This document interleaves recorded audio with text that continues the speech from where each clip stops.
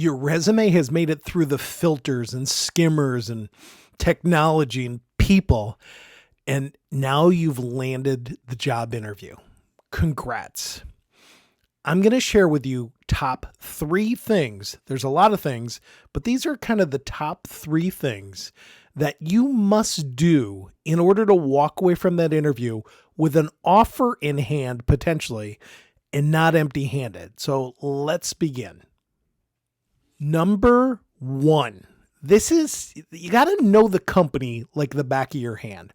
And I don't mean just doing some research and trying to impress the interviewer with facts that you've read off the website. I mean a deep dive into the culture of the company, into the good and bad, into their history. What have they done? Where are they going? And really, what value do they bring to the market? You have to know how to kind of sell the company to them. And speaking of sales, you also need to know how to sell yourself to the organization. Remember, they hire you for revenue, whether you're a developer or a sales rep or anything else. Your salary should translate to the value that you bring to the company. What is the return on investment that you bring? But bottom line is, know the company, know it inside and out, and know your value and what you bring to the organization. Okay, and number 2, and this is a big one. This is one of the most overlooked parts of an interview. It's likability. Yeah, companies hire people that they like. They hire people that they want to work with. Likability factor is key here. Now, I don't mean trying to be a phony or somebody that you're not, but you need to be likable. If you're looking down, if you're looking away, if you're not smiling, if you're not happy, they're not going to hire you. Companies and people, which is what companies are made of, people hire people they like. So be likable. Practice.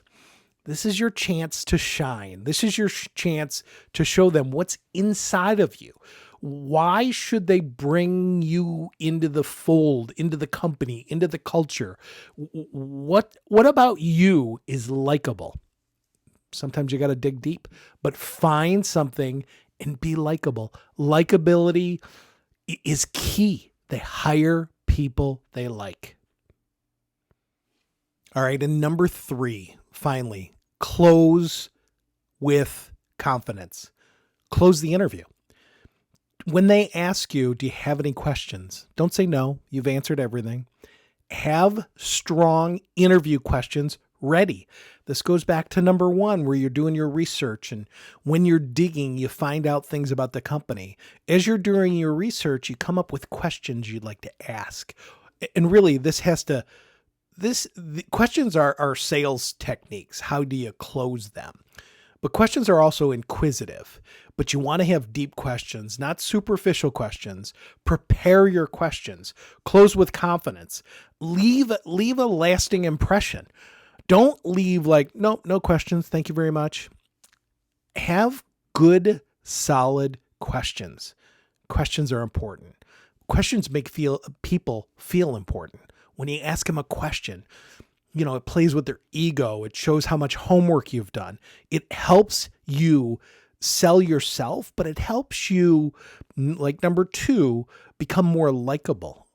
They'll go, wow, this person really did their homework, and I liked the questions they asked. This all fits together. And if you're bold, you may want to finalize what the question is, when can I start? What do you think? Is that a good question? Too much? Maybe.